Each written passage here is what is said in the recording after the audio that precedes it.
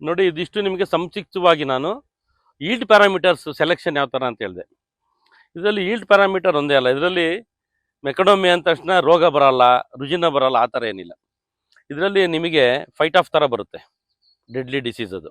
ಆಮೇಲೆ ನಿಮಗೆ husk spot ಅಂತ ಬರುತ್ತೆ. ಹಸ್ಕ್ ಸ್ಪಾಟ್ ಅಂದರೆ ನಿಮ್ಗೆ ಆ ನಟ್ ಇದೆಯಲ್ಲ, ನಟ್ ಮೇಲೆ ಚುಕ್ಕೆ ಬರುತ್ತೆ, ಹಸ್ಕ್ ಸ್ಪಾಟ್ ಬರುತ್ತೆ. ಆಮೇಲೆ ನಿಮಗೆ ಬೋರರ್ಸ್, ಫ್ರೂಟ್ ಬೋರರ್ಸ್ ಬರುತ್ತೆ, ಥ್ರಿಪ್ಸ್ ಬರುತ್ತೆ. ಸೊ ಇಷ್ಟು ನಿಮಗೆ ಜನರಲ್ ಆಗಿ ಇಷ್ಟಿದೆ. ಸೊ ಇದಕ್ಕೆ ಏನು ಮಾಡ್ಬೇಕು ನಾವು, ರೆಸಿಸ್ಟೆಂಟ್ ವೆರೈಟೀಸ್ ಇದೆ ಇದಕ್ಕೆ.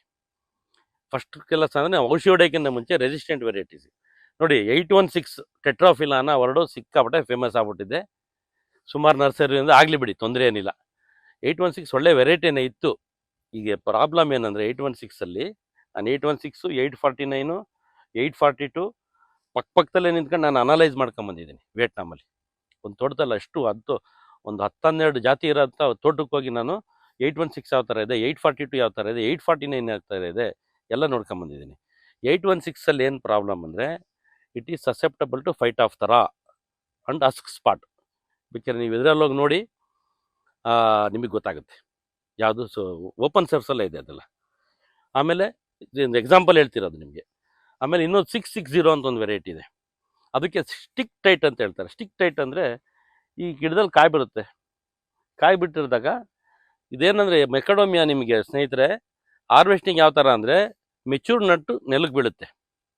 ಸೊ ಅದನ್ನು ನಾವು ಆರಿಸೋದಷ್ಟೇ ಕೆಲಸ, ಅಥವಾ ಸ್ವಲ್ಪ ವೈಬ್ರೇಟ್ ಮಾಡ್ತಾರೆ ಗಿಡನ. ವೈಬ್ರೇಟ್ ಮಾಡಿದಾಗಲೂ ಏನಾಗುತ್ತೆ, ಅದು ಬಿದ್ದೋಗುತ್ತೆ. ಆದರೆ ಈ 660 ಅಂತ ಒಂದು ವೆರೈಟಿ ಇದೆ, ಇದು ಸೌತ್ ಆಫ್ರಿಕಾದಲ್ಲಿ ಜಾಸ್ತಿ ಬೆಳೀತಾರೆ. ಆಮೇಲೆ ಅದನ್ನು ಒಳ್ಳೆ ರೂಸ್ಟ್ ಹಾಕಿಬಿಟ್ರೆ ಅಲ್ಲದು ರೂಸ್ಟ್ ಹಾಕಿ ತುಂಬ ಒಳ್ಳೆಯದು. ಅದೇನಾಗುತ್ತೆ ಅಂದರೆ ನಿಮಗೆ ಮೆಚೂರ್ ಆದಮೇಲೆ ನಟ್ಟು ಬೀಳೋದೇ ಇಲ್ಲ. ಮೆಚೂರ್ ಆದಮೇಲೆ ನಟ್ಟು ಬೀಳೋದಲ್ಲೇ ಇದ್ದಾಗ ಏನಾಗುತ್ತೆ, ನಿಮಗೆ ಅಲ್ಲೇ ಏನಾರ ಮಳೆಗಿಳೆ ಬಂದರೆ ನಿಮಗೆ ಜರ್ಮಿನೇಷನ್ ಆಗ್ಬೋದು, ಅಥವಾ ಓವರ್ ವೆಚೂರ್ ಆಗ್ಬೋದು, ಏನೋ ಒಟ್ಟಿನಲ್ಲಿ ನಿಮಗೆ ಕನ್ವೀನಿಯೆಂಟ್ ಇರಲ್ಲ. ಅದಕ್ಕೆ ಇತ್ತೆಪಾನ್ ಅಂತ ಸ್ಪ್ರೇ ಮಾಡ್ತಾರೆ. ಇತ್ತೆಪಾನ್ ಸ್ಪ್ರೇ ಮಾಡಿದಾಗ ಏನಾಗುತ್ತೆ, ಬೀಳ್ತಾವೆ ಮೆಚೂರ್ ನಟ್ಸ್ ಎಲ್ಲ.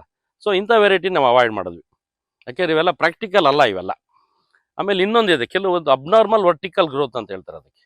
ಅಬ್ನಾರ್ಮಲ್ ವರ್ಟಿಕಲ್ ಗ್ರೋತ್ ಅಂದರೆ ಕೆಲವೊಂದು ವೆರೈಟೀಸ್ ಇದೆ, ಸ್ವಲ್ಪ ಏನಾರ ಕ್ಲೈಮೇಟ್ ಏನಾರು ಹೆಚ್ಚು ಕಮ್ಮಿ ಆಯಿತು ಅಂದರೆ ಒಂದೇ ಸಿಂಗಲ್ ಸ್ಟೆಮ್ ಮೇಲೆ ಹೋಗ್ಬಿಡುತ್ತೆ.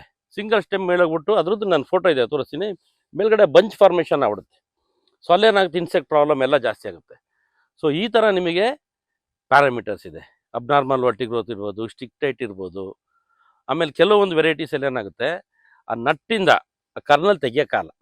ಸೊ ಇಷ್ಟೆಲ್ಲ ಪ್ಯಾರಾಮೀಟರ್ಸ್ ನೋಡ್ಕೊಂಡು ನಾವೇನು ಮಾಡಿದ್ದೀವಿ, JWK2, A38GR ಇದೆರಡು ಅಂದರೆ ಕ್ಲೈಮೇಟ್ ರೆಸಿಲಿಯೆಂಟ್ ವೆರೈಟಿ, ನಿಮಗೆ ಹೈ ಟೆಂಪ್ರೇಚರ್ ತಡ್ಕೊಳ್ಳುತ್ತೆ.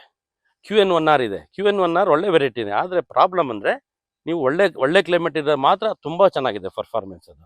ಸ್ವಲ್ಪ ನೀವು ಡ್ರೈ ಕಂಡೀಷನ್ನು ಆಮೇಲೆ ಹೀಟ್ ಕಂಡೀಷನಲ್ಲಿ ಹಾಕಿದಾಗ QN1Rನ ಅದು ಅಬ್ನಾರ್ಮಲ್ ವರ್ಟಿಕಲ್ ಗ್ರೋತ್ ಬರುತ್ತೆ. ಒಳ್ಳೆ ವೆರೈಟಿ ಅಂದರೆ ಯಾವ ಜಾಗದಲ್ಲಿ ಹಾಕ್ತೀವಿ ಅನ್ನೋದು ಇಂಪಾರ್ಟೆಂಟ್ ಅದು. ಸೊ ಹಾಗಾಗಿ ನಾವೇನು ಮಾಡಿದ್ವಿ, ವೆರೈಟಿ ಸೆಲೆಕ್ಟ್ ಮಾಡಿದ್ವಿ, ಇದೆಲ್ಲ 40%ಗಿಂತ ಜಾಸ್ತಿ ಕರ್ನಲ್ ರಿಕವರಿ ರೇಷಿಯೋ ಇದೆ.